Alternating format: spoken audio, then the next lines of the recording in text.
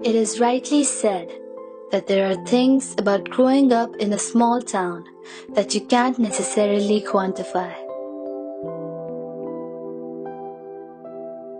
Today, we'll be taking you around a town called Roorkee, which may be insignificant on the Indian map, but owes a great deal of firsts to the history of our country.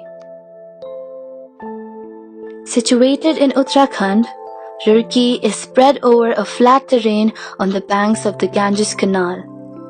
With the river flowing through the heart of the city, it flaunts its British relics, with over 4 bridges and many buildings dating back to the British era.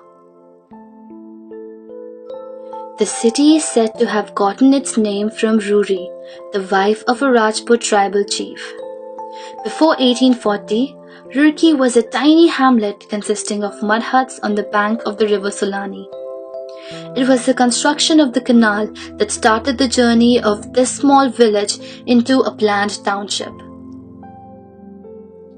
Colonel P.T. Kotley, a British Army officer, took up the task of building the canal in order to fulfill the water needs of ailing farmers. It took approximately 12 years to build and was formally opened in 1854. It is the first aqueduct of India, being 25 meters above the ground, and is still considered a marvel of engineering.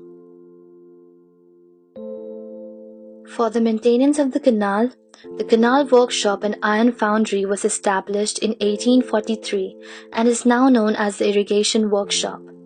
The 2 massive chimneys can be seen from miles away. Since engineers were required for canal construction, the first Engineering College of India was established in 1847. Known as the Roorkee College, it later rechristened as Thomson College of Engineering and was further elevated to the status of IIT in 2001. The institute now has students swarming from all parts of India and the world.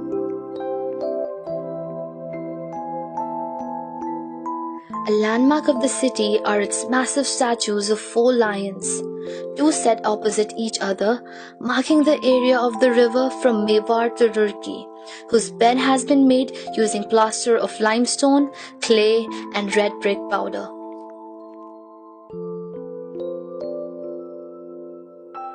For the purpose of transporting the clay, Roorkee became the first city in the country where the railway engine ran for the first time. The locomotive ran from Roorkee to Piran Kalia, which was around a 10-kilometer distance. Just like any other city, Roorkee also witnessed the upheavals of the freedom movement. There are also many such trees where freedom fighters were hung in full public glare. One of them is in the village of Sunehra. The massive old banyan tree is over 100 years old. This spot has been made into a shrine to commemorate the martyrdom of the freedom fighters hung on the very tree. Another prominent landmark of the city is its cantonment. It is one of the oldest cantonments in the country and is also the headquarters of the Bengal Sappers.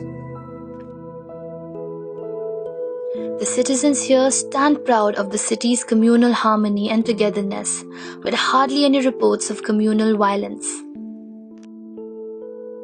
But the main attraction still remains the canal, which is also the pride of the city. The massive river continues to be used for economic, religious, and leisure purposes. The riverside is usually seen with people relaxing their feet in the water. Swimming and boating is also done here. Overall, this small town has a pleasant environment with the river currents roaring and the cool breezes forever whispering to you to come back again.